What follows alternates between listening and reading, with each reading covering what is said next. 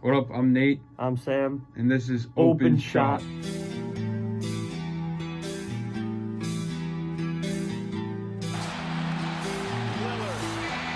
chance to send the Thunder home.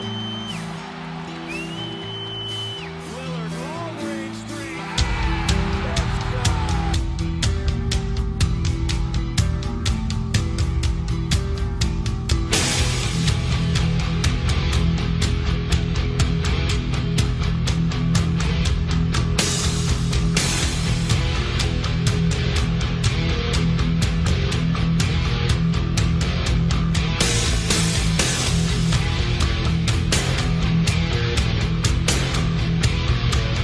Bases loaded. Two out.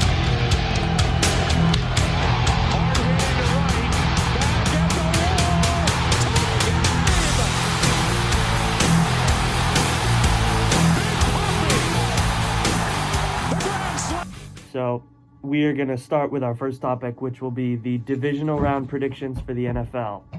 I got the first matchup, Bengals-Titans. I got Joe Shiesty and the Bengals winning that one.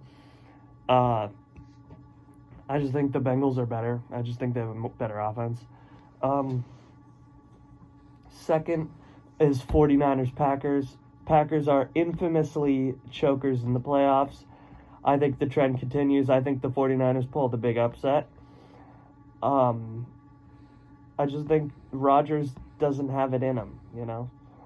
The best game of the weekend, Rams-Buccaneers. I think it's a very close game. I think the GOAT pulls it out and the Buccaneers win.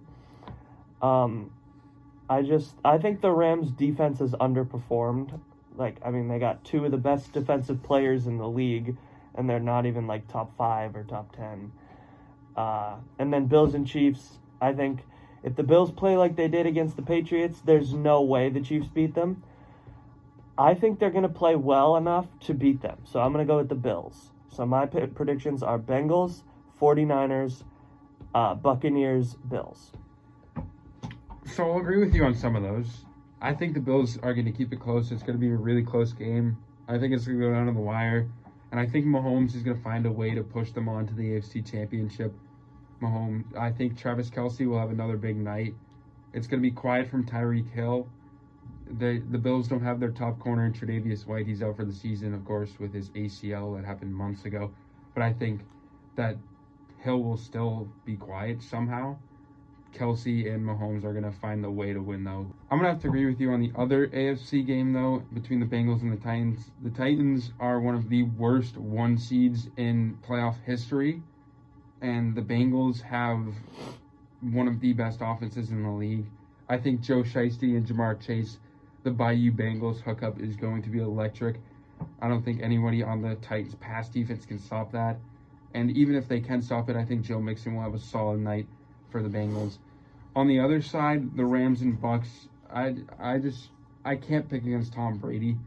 It's going to be a good game, and I don't think Matthew Stafford's going to have it in him. He's played for the Lions his entire life, so he's not used to these big games. I think Brady and the Bucks are going to pull out, even though they don't have some of their weapons. Leonard Fournette may not go, and Chris Godwin's out. But I think Mike Evans and Gronk will be enough for Brady to win that game for them. And then the Niners and Packers, the last matchup, I think the Niners are going to keep it close. I think their defense is really good. Deebo Samuel is just insane. He can do anything. But I think Rodgers will eventually pull it out so he can choke in the NFC Championship.